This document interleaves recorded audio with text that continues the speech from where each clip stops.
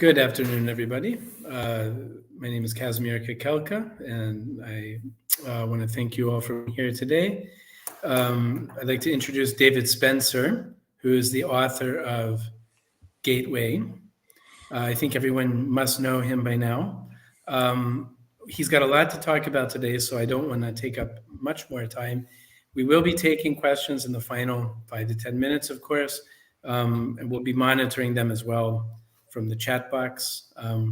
So without further ado, let me please pass the mic over to Dave. Hi, Dave. Thanks, Casimir. I can see the comments box. Just if you can confirm that you can all hear me and see me. I'm sure that you can, but if you just put a quick yes in there, it would make me feel better.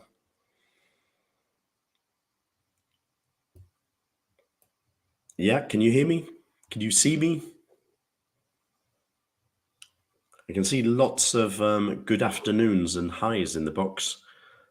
I haven't yet seen... Yes, you can. Okay, perfect. Good. Now I've got lots of yes messages.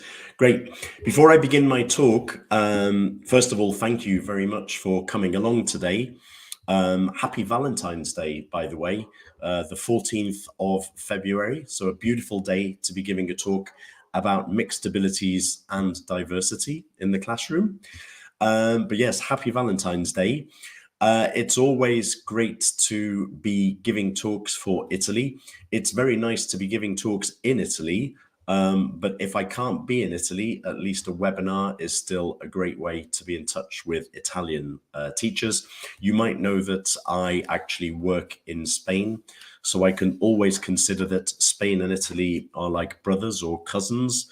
So yes, I always love speaking to Italian teachers. One thing that I wanted to explain before I begin my talk is that my voice is a little bit strange because I have a terrible cold, or at least I have a very bad throat. In fact, this morning I was giving my class and it was a little bit painful for me. So I'm hoping that my voice will be okay for the next hour. I apologize if it isn't. I suppose the most important thing is that you can understand me. And I think at the moment that is true, that you can understand me. I can see that Rinaldo says loud and clear, so that's good to know. Thank you, as I said, for coming along. The other thing that I was going to mention is that in the comments box, if you have ever seen any of my webinars, I always like lots of participation. I'm going to ask you a few questions. We're going to play a few games today. If you like games, I hope you do. So please feel free to write lots in the chat box, in the comments box. And at the end of the session, we will also have some time for questions and answers. Maybe best to keep your questions to closer to the end so that I don't forget what the question is. So let's begin. We're talking about mixed abilities and diversity in the classroom. Isn't it a great feeling when you're in the class and you have this impression that we are all on the same page? That's a great feeling that we're all together, we're all in sync, we're synchronized. Here's the good news. It would appear that we're all on the same page. The problem is sometimes that in the classroom, it can feel like we're on the same page, but we're reading different books, right? So I think that mixed abilities and diversity is one of the most typical problems, and I will come to the word problem later, that we have in the classroom. We have classes of usually like big numbers in secondary, and in fact maybe in the chat box, can you tell me what's the average number of students in your typical classes? I'm sure it will depend if you're working in a private school, language academy, a state school, but just give me an idea of the numbers that you would teach. Would it be 20, 25, 30, fewer? I'll 20. Okay, thank you, Maria Paula. 25, 17, 20, 25, right? Okay, that's pretty similar to what I've got. So again, with 20, 25 students, it's obviously impossible for everybody always to be on the same page. Thank you for writing your answers in. It makes me really happy when people continue answering my questions. Let's have a look then. What do we mean when we talk about diversity and inclusion? I think these two words are being used more and more at the moment. We talk about them a lot.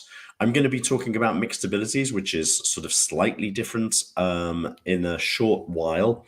But when we hear the words diversity inclusion, this is what I understand those two words to mean. Obviously, in a nutshell, so summarizing quite a lot.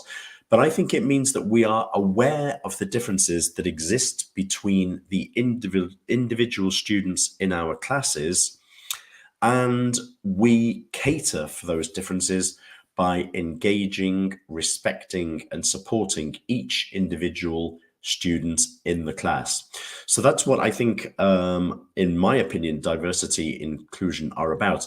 They're about, if you like, accepting that all of our students are different and trying to do, you notice that I say trying to, because I think there is a certain amount of impossibility to this, but trying to cater for all of those differences that exist between our students. Yes, Olivia, and that word participate that I've seen that you've used, a proper environment to make them participate. I think participate is a really important word when we talk about mixed abilities, diversity, inclusion, maybe a key word. So thank you for that. Right. Let's begin. Again, I'm going to ask you to do a lot of work today. What differences exist between our individual students? Could anybody sort of just in the chat box, what differences exist between the students in our classes? I'll start off while you start typing in the box. One of the obvious differences is gender, right? So boys and girls sometimes present differences in the way that maybe they work, differences in the things that maybe interest them. Right, and we've got new ideas now. Maria Gabriela, so pace, right. So some students learn faster than others, right? Learning styles, Carola, exactly, yeah. So they learn in slightly different ways, maybe more visual, maybe more movement. I noticed somebody saying nations, and we've also got culture. So we've got different races, different backgrounds, different maybe religions. Obviously, in terms of refugees, immigrants, then we've got sort of that sort of different cultural background. Una has mentioned different interests, personalities. So I think especially when you're learning a language, I'm actually fascinated by how your personality makes a difference to the way that you learn. For example, shyness. Believe it or not, I've always been quite shy. When I was learning French and Spanish at school, I loved French and Spanish, but I was very shy when it came to speaking in a foreign language in the classroom. So personality, confidence, I've seen Ivana, yes, self-confidence. All of these things, and you're giving me lots of great ideas. All of these things make differences, of course, between the individuals in our classes. I think I'm mentioning on my slide most of the things that you're saying there, I hope. I've got, for example, proficiency, aptitude. So I think it is fair to say that some students just seem to be naturally better at languages, or the same way that some students are particularly good at maths or science or literature. So I think some students have a natural aptitude. Then, of course, what is very important is the third point there, attitude. I'm sure somebody's written attitude before. And I think actually that contrast of aptitude and attitude is a good thing to think about. By the way, I thought one famous quote that I love is it was a basketball coach, a high school basketball coach in America, and I can't remember the guy's name, but he had this great expression: hard work beats talent when talent doesn't work hard. I think that's a great thing to remind our students. Sometimes in my school, people say, oh, he's really good at English, but he's lazy. Well, in the end, you're not good at English because you are lazy, and maybe you're not making as much progress as somebody who's not that great at English, but who is actually working hard. So aptitude is important, but attitude is almost as important. I've written also active versus passive. So some students are very active participants in the class. Some are exactly the opposite. So that's going to make a difference between them. We've definitely got questions of personality, interest we've mentioned, cultural and linguistic backgrounds. So obviously some students are from different parts. Maybe they're not Italian, maybe they've come from somewhere else, which means they're going to be slightly different as well. Parental expectations. I'm not sure if anybody has said that, but I think that idea, some students work differently in the class simply because their parents expect something from them. Particularly with English, I find that in Spain, many parents are obsessed with English, and that often makes a difference to the way that a student works in class because of the interest and expectations of a parent. Obviously, we've got questions of interpersonal relationships with other classmates. Some students get on better with the class.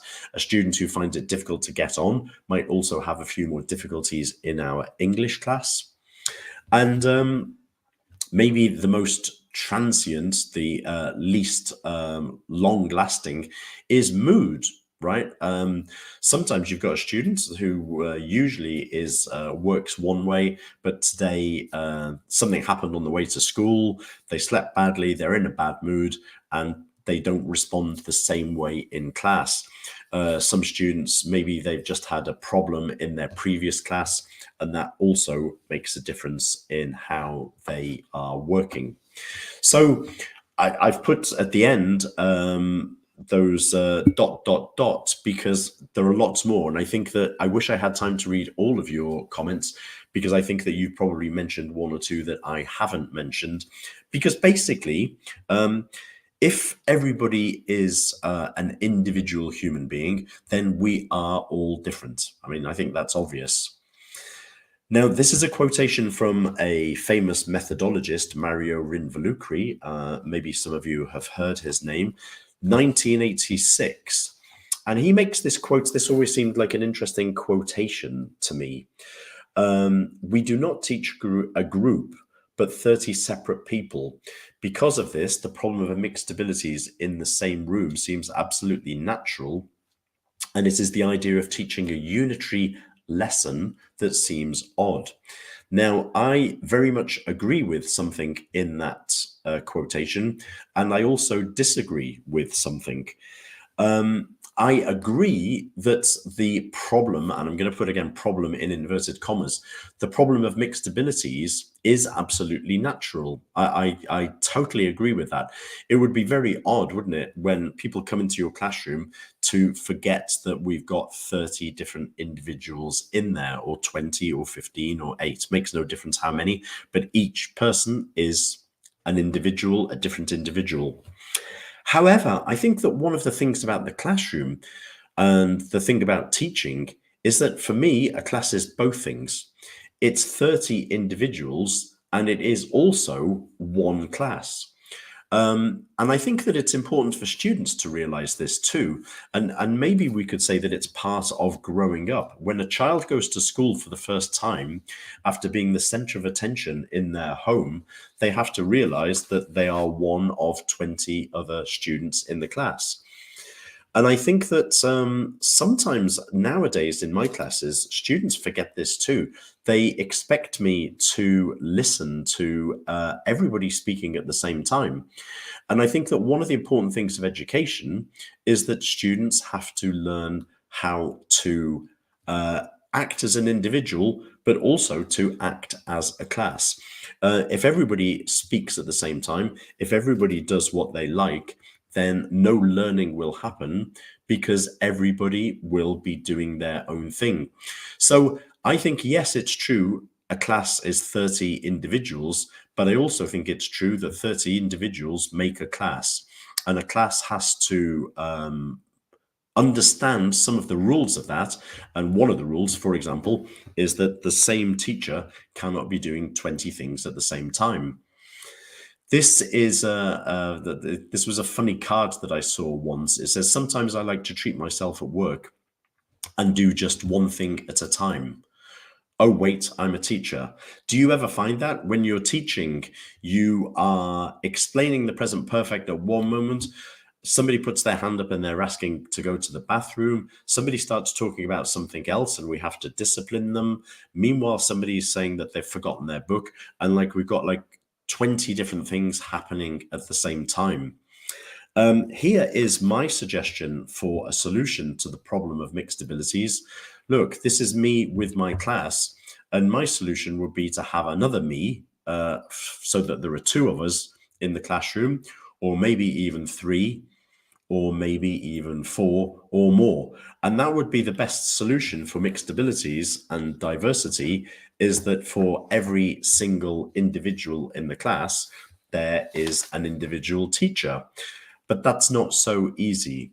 And I wish one day, maybe scientifically, it will be possible to be in 20 places at the same time. Okay.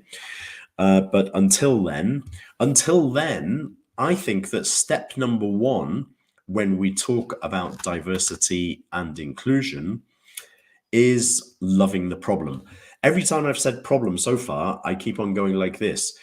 When I say loving the problem, what I mean is, because this is a natural situation, because the classroom is always filled with individuals, I don't think we can spend too much complaining about the problem. We have to accept the problem. Now, this is one of my favorite quotations. Yeah, Madalena, you're absolutely right. It's not very easy. And that's why I said, even from the beginning, trying to. So, I really do think that, as soon as we have a number of individuals in a class, it is a difficult task. But I'm going to give you some suggestions about how to deal with it. This quotation, I love this quotation. I've used it in a few talks recently. It says, "It is not our differences that divide us. It is our inability to," and I've got three verbs. One verb begins with R, one begins with A, and one begins with C.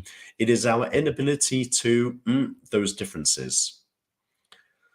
Alessandra, I'll come back to that afterwards, okay? In fact, the end of my session, I'm going to be talking about empathy, okay? So thank you. I'll come to that at the end of the session. Don't worry. Can anybody guess my verbs there? It is our inability to R, A, and C. Respect, accept, recognize. This is nice. We've got, yes. So we've got, I think we do have all three there. It is our inability to recognize, accept, and celebrate those differences.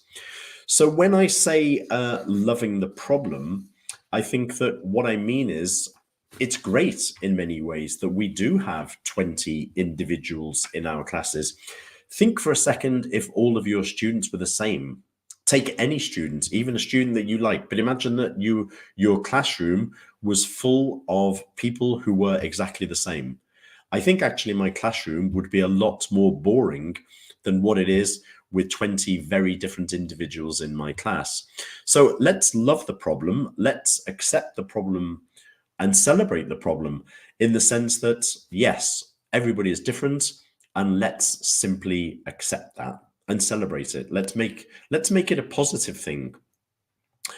And one thing I think that can help us to do this is finding out at the beginning of the year, as I'm sure we all do, finding out about the individuals in our classes. We always do day one activities, warmers, icebreakers, to discover more about one another. And this, if there's anybody here who follows my Facebook page, at the beginning of every school year, this is my favorite activity. What I like doing is making sure that people realize that, as we said before, the richness and the complexity of the world, and doing this with like a whole selection of different topics. this is a beautiful photograph, isn't it? I love this photograph. These festivals, the holy festivals, I think they're called, they are very common now around the world. This colorful image, but in my books, in the books that I write, Gateway, for example, the Gateway series, I always try to make sure that we've got texts about people from different parts of the world, different types of interests, different types of unusual information. Maybe it could be about professions, whatever it's about, but trying to celebrate again the richness of all of those different information, different knowledge about the world. And I think that a book, a good textbook, should be full of this kind of information, whether it's about different food in different parts of the world, different customs, different traditions, and also watching out for stereotypes. So basically, one way to make sure we cover the questions of diversity and inclusion in the classroom is making sure we have lots of texts that reflect all of the different types of personalities and different types of backgrounds, and enjoying that mixture of information. Also, as I said at the beginning of the year, we do have these activities to find out about individuals. And this is the activity that I was saying just before is one of my favorites. It's T-shirts. Okay. Now, as I was saying before, I use this in my in the Facebook page that I have. At the beginning of each year, but it doesn't have to be only at the beginning of the year, get your students to bring in a selection of their T-shirts. They can be 2, 3, 4, 5 T-shirts. And what I've discovered is that when students bring in their T-shirts to explain them, we find out lots of fascinating information about them. And this is a great way for the class as a whole to learn about one another, to learn about what students are interested in, where they're from. So in this slide, I've got 2 of my students. One of them, then, it turns out, is a heavy metal fan, and he actually plays the guitar and plays it really well. And I only discovered this information thanks to this T-shirt. I've got another student there who's there's writing on it because this T-shirt is from a summer camp that the student went on in London. So I discovered lots of information. And it's amazing how much a T-shirt can say about you. Okay. I've got 2 T-shirts of my own. What do you think? Why do you think I've shown these T-shirts? Does anybody know? One is Spider-Man, and the other one is the gates of Strawberry Field, a place called Strawberry Field. So why do you think these two T-shirts are significant for me? Would you like to make a guess?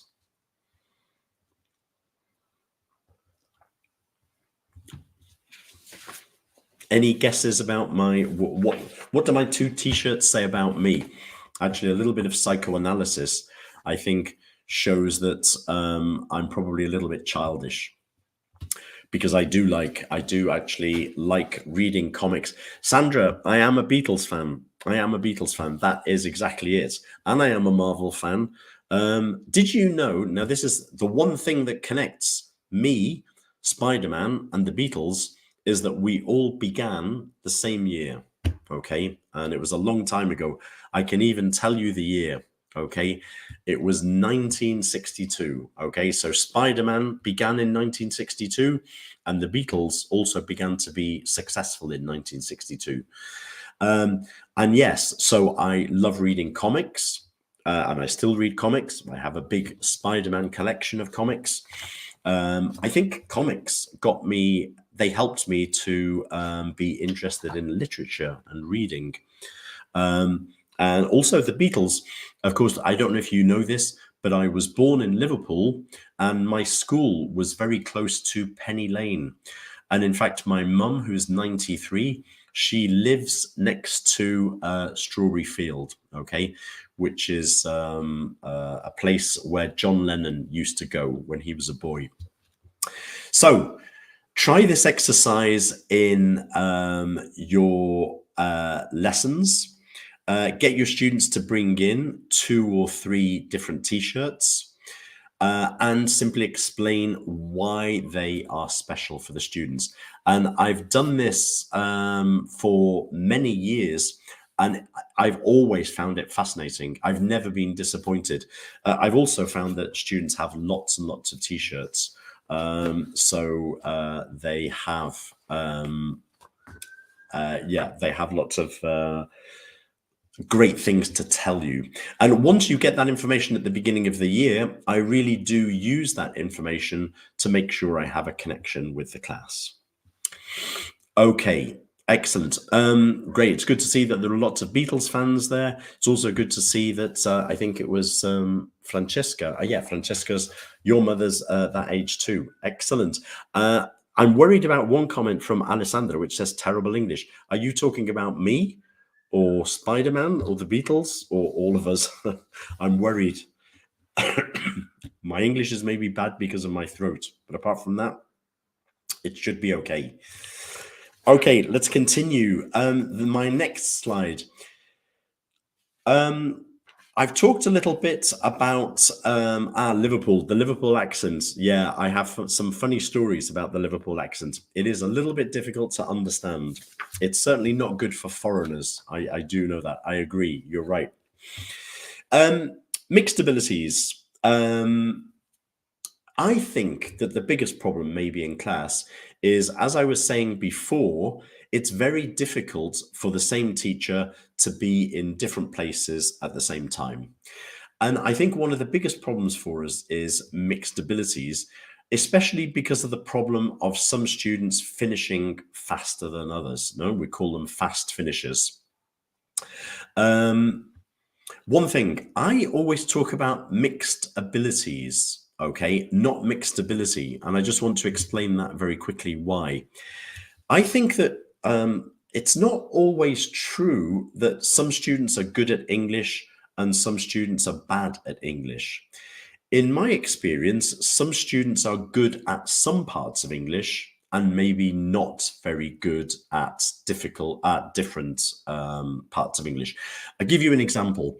I often find that some students are very good at speaking and maybe they're less good at grammar, for example. Some students might be really good at receptive skills, listening and reading, but not so good at maybe speaking and writing.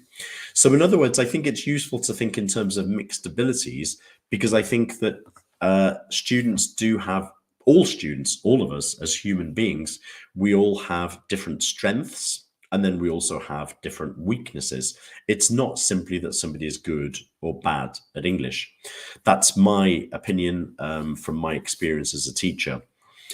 But as I said, one of the typical things that does happen is this. Have you ever said this in class? I'm sure you say it like a couple of times a day. I still say it. I don't think I should say it, though. Can we stop now, please? It doesn't matter if you haven't finished. I think most teachers, we do say this, but that second part of the sentence is actually maybe not true.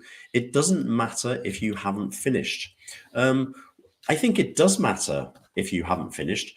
Let's imagine that all of the students are doing a reading exercise. Some of them finish, but some don't have enough time to finish. That means that they're getting less practice than the rest of the class.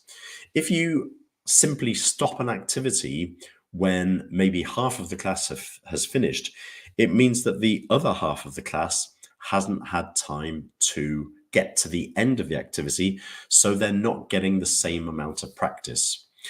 This is why I personally think one of the simplest and most important things that we can do as teachers is give activities for fast finishers. Now, this is a vocabulary page from Gateway to the World, A2. And you'll notice on the right, at the bottom of the page, there is this little arrow which says reach higher, page 146. Now, this, when it says reach higher, This is always for those students who finished the exercise. They have finished it, they've done it well, and now they have nothing else to do. And what I think is useful is to give those students an extra activity while the rest of the class is finishing what they're doing. So the fast finisher, he or she sees the sign reach higher, page 146. The student goes to this, and you can see for the vocabulary page, there is an activity that's probably difficult to see. For me, it's a little bit small, but I'll read it to you. It says, write food vocabulary for each letter of the alphabet. So this is a game, actually, which students find quite addictive. But you've got, for example, A for apple, B for biscuit, C for carrot. And they go through letters of the alphabet. They think of one type of food for each letter of the alphabet. And while they are doing that, the rest of the class is finishing the activity that they were meant to do.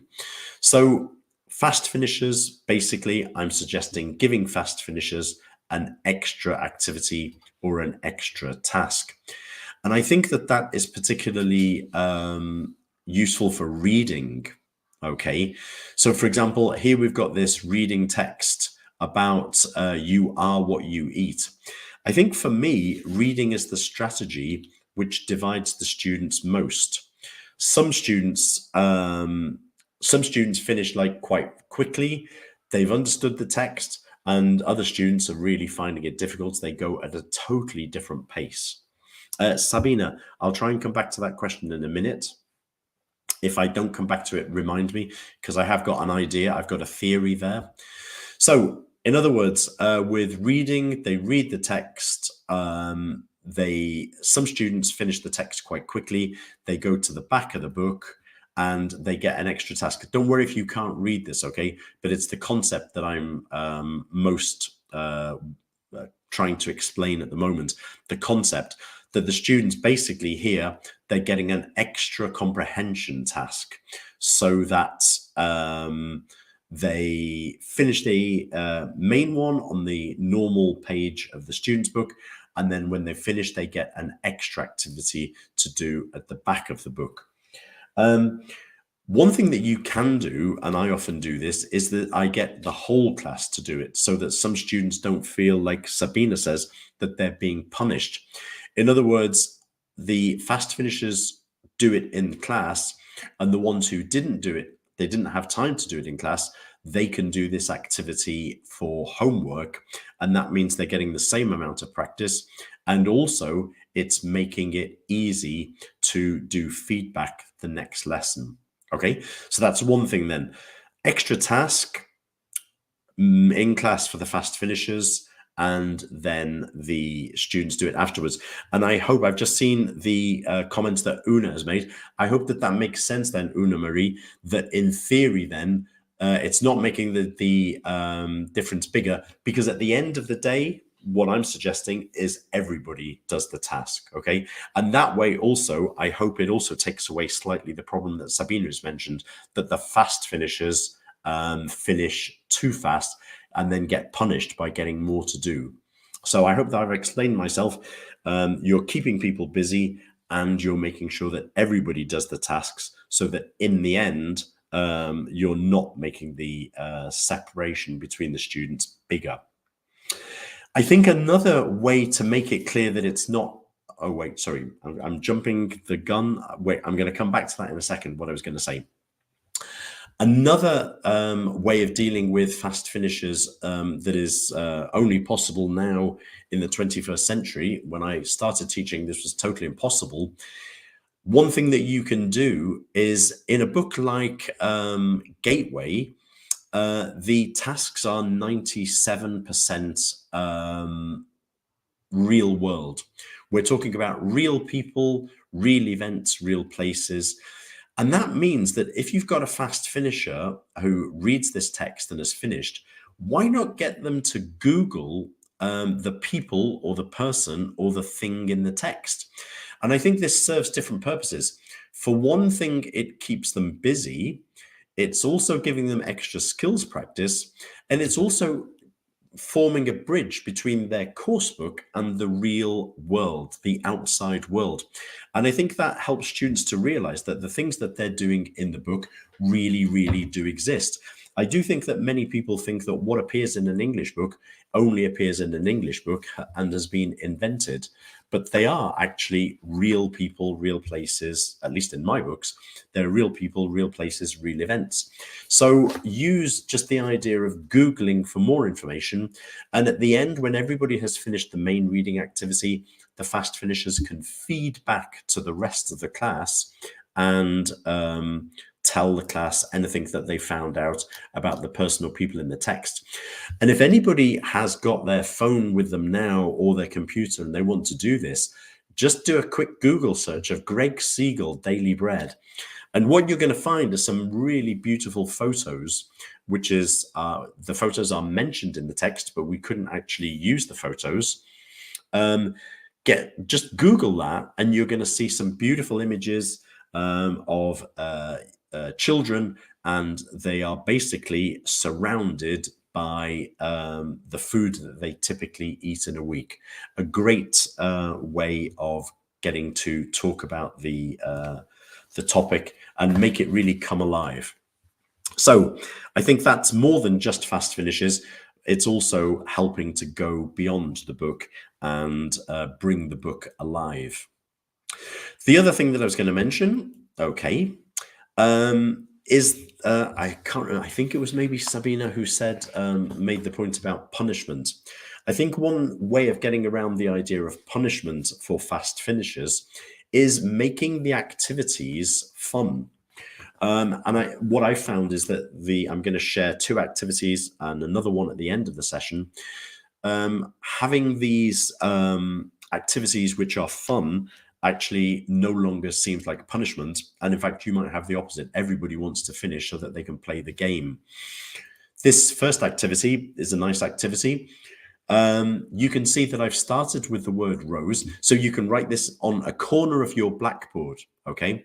And when somebody finishes fast, then just point it out to them and let them play the game. You can see that we've gone from rose to rise, then from rise to rice, and then from rice to nice. So I think you can see that what is happening is that in each case, one letter is changing from the previous word, and it can be any of the 4 letters. It could be the first letter, the second letter, the third letter, or the fourth letter. So for example, could somebody in the comments box give me the next word that they would like to write after nice? What word could we write after nice? Just to check that you've understood my game. Any ideas? Mice would be perfect, Augusta and Sylvia. Dice, perfect as well, Alessandra. Vice, lice.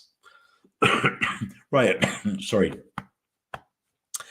Let's imagine that we have gone to mice, okay? After mice, I could write then the word mile, right? Like kilometer, mile. From mile, I could write the word mild, or milk. I could write the word milk. This game becomes a little bit addictive, okay? And the good thing is that you can stop and start as many times as you like. So while you're waiting for everybody to finish, gives the fast finishers this activity to do. One of the important things about activities for fast finishers like this is that they never finish, because you can keep on doing words for ages. So it's basically, I think it was Sabina who said before that she didn't want her students to feel that the extra activity was punishment.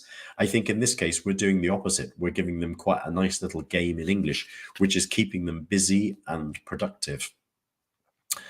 Another, actually, Patricia, try it tomorrow. Seriously, try it tomorrow with the whole class, because I don't think it's quite as difficult as you might think. We're actually coming out with some complicated words, like my students would not say lice. So I would say that your students will think of easier words. Also, if they get stuck, just tell them to go back to the previous word and try to continue from there. And Sandra, that's a nice idea. What I would say is that this activity has always worked for me really well with words of 3 letters and 4 letters. I always find that 5 gets a bit trickier. And 3 words is actually very easy in English also. So yeah, try it tomorrow and see if it works. This is another activity for fast finishers. And it is a game which I used to call Constantinople. And right, Antonella, I'm going to try and come back to your question in a second. I'm going to try and remember it. What you're doing is you've got the word encyclopedia, and the students have to try and make as many words as possible from the letters in that word. Could anybody give me a word with 3 letters or more that all come from the letters? If in my word we've got 2 E's, you can use 2 E's. But if there is only 1 P, you can only use 1 P. Okay, those are the rules of the game when I play. So can anybody give me a word? So this is a different game. Okay, thank you. Yes, pile. Clod is a great word. Benedetta, that's a great word. Cyclone, that is brilliant. I'm impressed. Cyclone, I can't remember if I had cyclone. I don't think I have. That's very good. Pencil, yes. Play, yes. Deep, yes. Sorry. Excuse my cough.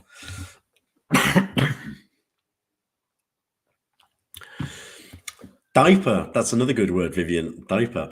Right, again, this is another activity which means that alopecia, I can't believe that. That is amazing.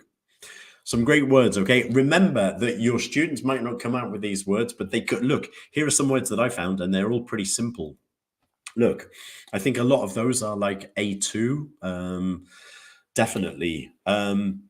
So my point would be then, you've given them an activity to keep them busy while the others are finishing. What happens if everybody wants to finish? Well, then you do, this is classroom management, but you have to make it clear.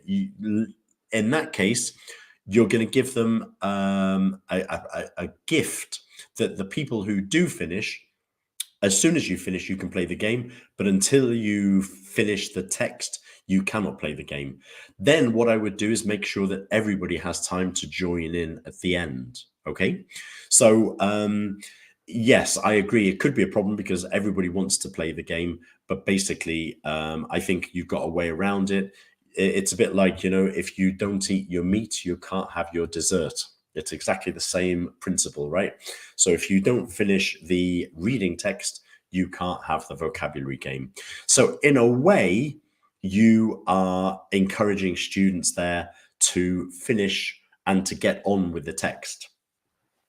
Alessandra, I definitely wouldn't play this game with dyslexic students. No. So I'm here in this case, I'm thinking particularly more of people without that particular difficulty. Yeah, that is true. Right. Another thing that we could do is offer activities at different levels.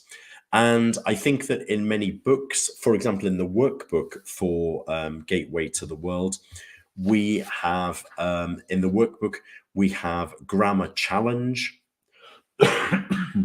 grammar challenge and vocabulary extension. And you can decide, again, does everybody do the reinforcements and only some people do the challenge? Or does everybody do both? Or you decide, okay? But it's really what is most useful for you. But I think that having activities in your workbook, for example, it's really nice to have activities at different levels. And in fact, in the Gateway to the World workbook, we now have stars for how difficult an activity is. So we've got 1 star for very easy, 2, 3, 4, and it goes up, I think, to 5. So extension. So again, simply having material on the online resource center for Gateway. We have grammar exercises, which are at different levels so that we can make sure that every student is working on the level that they need to. Okay. I'm apologizing again if you weren't with me at the beginning of the talk. I have got a cold at the moment. I have got a bad throat, and I apologize for coughing. Good. Another thing that we can do in terms of mixed ability is using flipped classroom videos. Now, if you've used Gateway before, if you're using Gateway 2nd edition or Gateway to the World, you will know that we have these grammar videos. And these grammar videos are really useful for, particularly, I think, for mixed ability. What we've got is, in Gateway to the World, we've got animation videos, we've got handwriting animation, we've got grammar gurus who are a pair of teenagers who explain the grammar, or there's me explaining the grammar too. Now, I think grammar is a particular area where some students understand our grammar explanations immediately, and some take longer. So, for example, when I explain the present perfect to my class, some will already know the present perfect before I begin. Some will understand it immediately as soon as I explain it for the first time. Some will get it the second time, and some will need to listen again and again, and they will take more time to understand the grammar that you're explaining. We learn at different paces, particularly with something like grammar. Now, obviously, in the classroom, you can explain the grammar maybe twice, maybe 3 times, but you can't explain the grammar 10 times. By having these grammar videos, these flipped classroom videos, it means that the students who need extra help can watch your grammar video again. They can pause it, they can repeat it, they can try and answer some questions that come with the video. So in other words, what we're doing is we are helping the students by accepting that students understand and learn at different paces.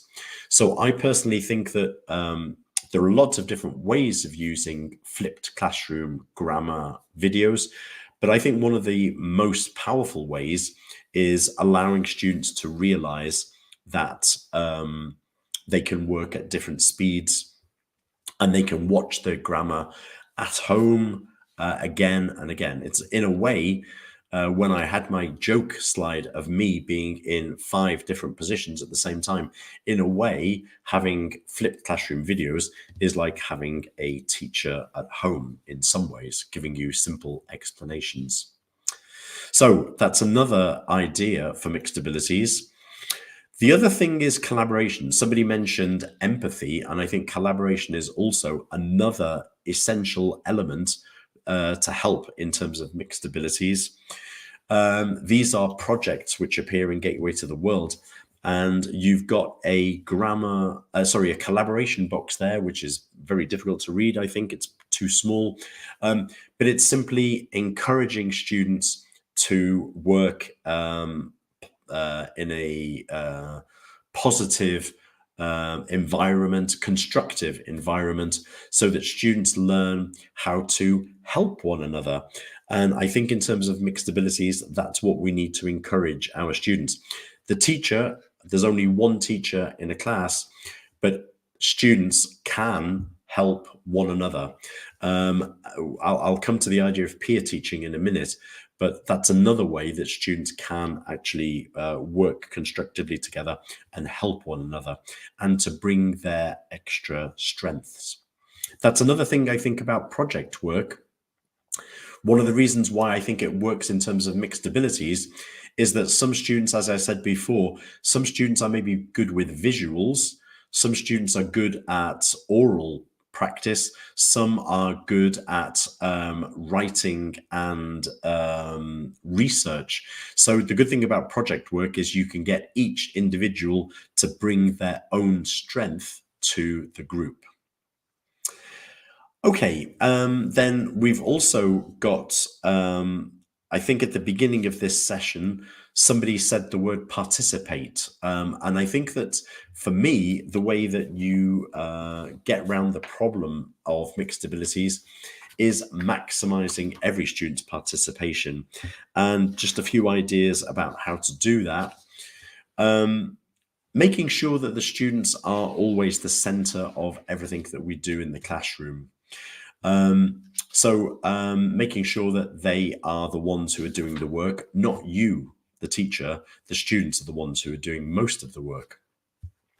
I think another way of encouraging participation is by allowing elements of choice. So I don't really let my students choose what we're going to do in class, but I maybe allow them to choose, shall we do this in pairs or in groups? How shall we do it? Shall we do this orally, or shall we do it written? And just little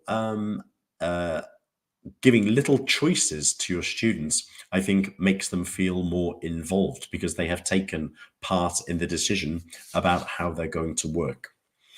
I think it's also very important to have a whole variety between individual work, pair work, group work, and whole class work, because I think some students work better in one situation and less well in another.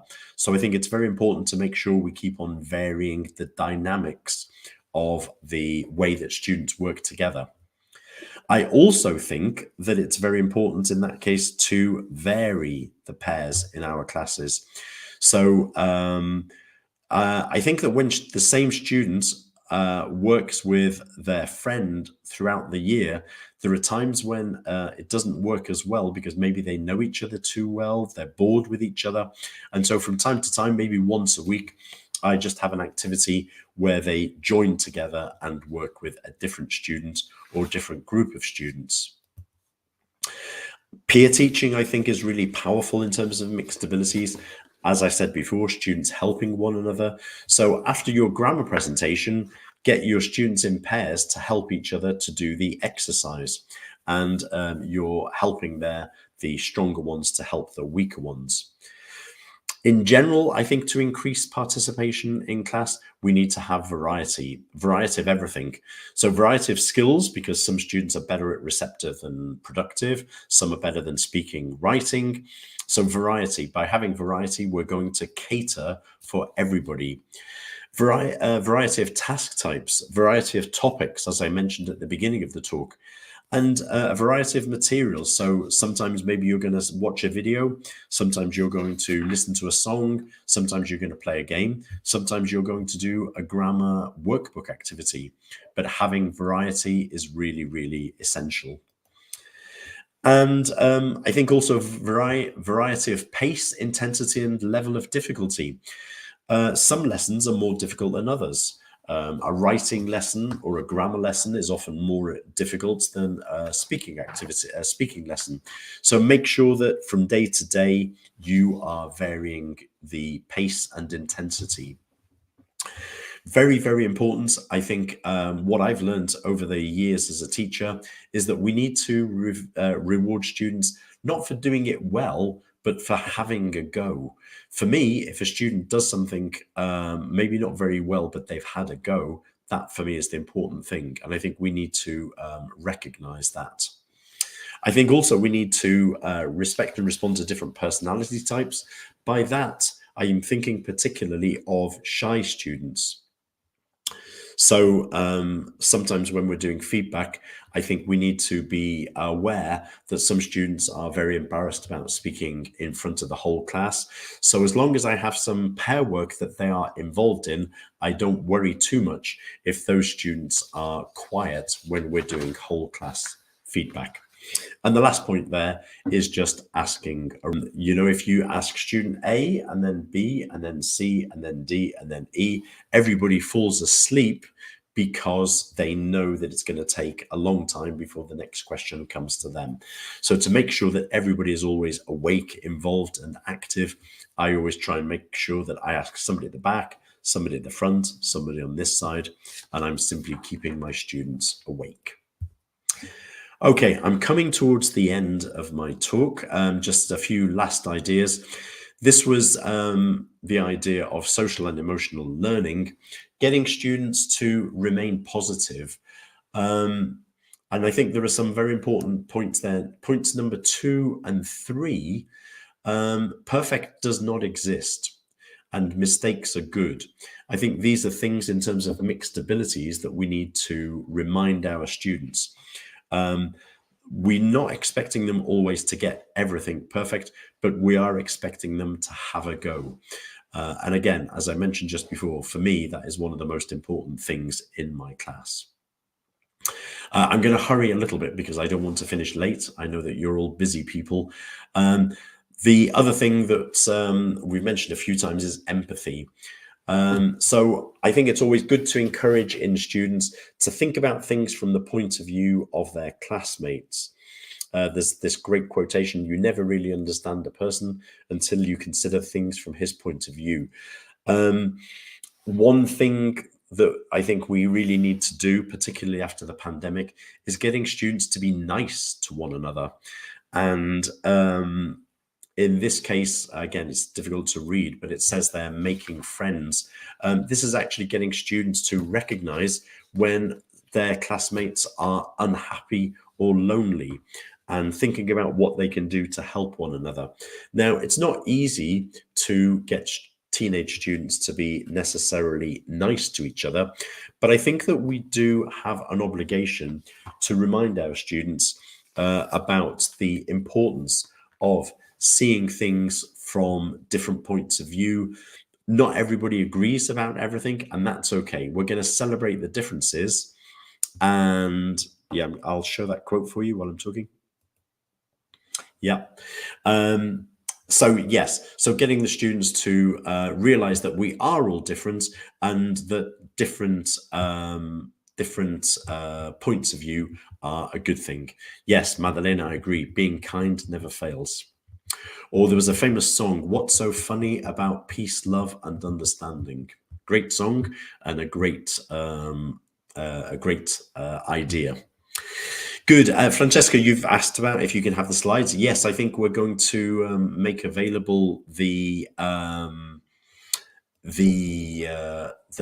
recording of the webinar, and I hope I'll check at the end with Casimir.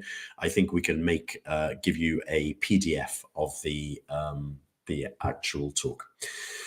Casimir, just as I'm just going to finish with this last slide. I promised you 3 games, so this is another game. We're not going to play the game, but this is a great game as well for celebrating the fast finishes. Basically, you can stick this on the blackboard. We've got 4 concentric circles, and the game is very easy. You are making words of 4 letters which begin in the first circle, then the second, then the third, and then the fourth. So I will give you an example. B-O-A-T. I can make the word boat. Okay, can you see that? We're always beginning in the middle. B-O-A-T I've made. Can somebody make a word just to show that you've understood? Bard, Madalena, what a great word. Shakespeare. Yes, one more word. Draw. No, draw you couldn't do, okay? Because we're always going from the middle to the outside. So all the words have to begin with B or W. Bark. Thank you, Madalena. You're good at this game. I can see that. Excellent. I think you've understood the game. I hope you have. Exactly, Vivienne. Exactly. You always begin from the center. Bird is another good one. Great. Thank you very much, Casimir. I think I've come to the end, and I don't know if we have 2 minutes for any questions, if people do have any questions. Yes, I think we have about 1 minute actually for questions. So speak now or forever hold your peace. You're going to make the most of this last minute. Yeah. Yeah, that was great, David. Thank you. And your voice did manage to hold up. It's holding on. It's holding on. I want to cough, but I'm going to cough in a minute. I'm like holding on at the end. But yes, I'm glad. Thanks for all the nice comments, by the way, and all of the thank yous in the chat box. I hope you enjoyed it. Okay, well, listen, I think that about does it. We're now out of time. So I just want to thank you again, David. I want to thank everyone who participated this afternoon. And just to answer one of the questions that I think you did answer, Dave. Yes, the slides will be made available And of course, this video will be loaded up onto the Mondadori YouTube channel, so you can watch it again, or if you didn't have it, people didn't watch it, can watch it later. So Great. thank you all. Have Just to afternoon. remind people as well, please. if you don't know, I'm always active on Facebook. So if you go to Gateway or Teach with Dave, then you should be able to find me. And there's information about other webinars and activities and games and all sorts of things. So if you do want to follow me there, then we can stay in touch on the Facebook page. Okay. Fantastic. Thank you, Dave. Thank you, everybody. Have a great, Thanks a lot. great afternoon. Bye-bye. Thanks for coming along. Bye.